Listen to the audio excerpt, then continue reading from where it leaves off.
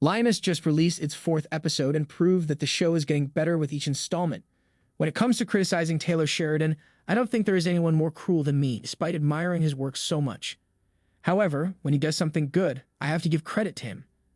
As you all know, I've not been a fan of the show so far, and don't get me wrong, I'm still far from being a fan.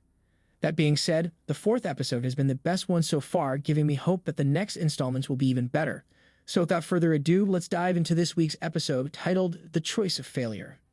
As you can deduce from the title, this episode was filled with bad choices that might be highly costly in both the long and short run. First, let's talk about Cruz, who might just make the biggest mistake of her entire career. Alia and the rest of the girls are already suspicious of her, as she doesn't share much about her personal life and is not likely to fit in the group in general. She is not feminine, girly, or extravagant enough to keep up with these rich and spoiled kids. Naturally, they are suspicious of her, though they still see no issue with welcoming her to their house and partying with her, which is still very odd considering the fact that their families are in very shady businesses. But let's tone down our rationality a bit and assume that a well-known terrorist's daughter can be friends with a random girl in 5 seconds. Well, in that case, it is expected from that girl to glow up, flirt with boys, and have a lot of fun in general, none of which are particularly Cruz's strong suits. So when they end up in a club, she decides to flirt with a guy so that the rest of the group would think that she is just like them. Unfortunately, though, Cruz's choice of men didn't improve not even a bit, since she somehow ends up flirting with a sexual predator who drugs her. Now, you may question how a trained CIA agent can be naive enough to fall into the trap of a stupid predator. Well, regrettably, none of us are foolproof in face of the evil. In the end, the Lioness team, aka Joe, saves her. However, understandably, they are not pleased with Cruz's performance as she just compromised the mission. At this point, we don't know what will happen next to her or how she will make up for her mistakes. She needs proper damage control, that's for sure. Knowing how ambitious Cruz is, I believe she will do something very bold and courageous next episode, proving her worth as a Lioness agent. Perhaps she will finally meet the father of Alia.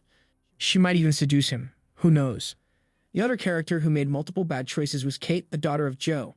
Her massive car accident not only ended up killing a friend of hers, but also revealed that she is pregnant. To her credit, she wasn't driving. But still, they were underage driving, which shows her recklessness. Also, she had a pact with her dad in terms of how much she can get closer to the boys. Neil, aka the dad, was bragging about this pact and was so trusting of her daughter. And yet, here we are, once again realizing that when it comes to teenagers, parenting becomes a zero-sum game. Albeit, Neil is a great dad, too great perhaps, but I'm not sure if Kate is worthy of such good treatment. It is clear that things will take a more strict turn in the family from now on. Perhaps they will play the game by Joe's rules from now on. Either way, Joe will be forced to be more present in her family's life, that's for sure. The interesting thing is, I enjoy Neil's storyline more than the storyline with Cruz. In fact, I would have preferred this show to be a family drama of a CIA agent. That would have been much more intriguing in my opinion.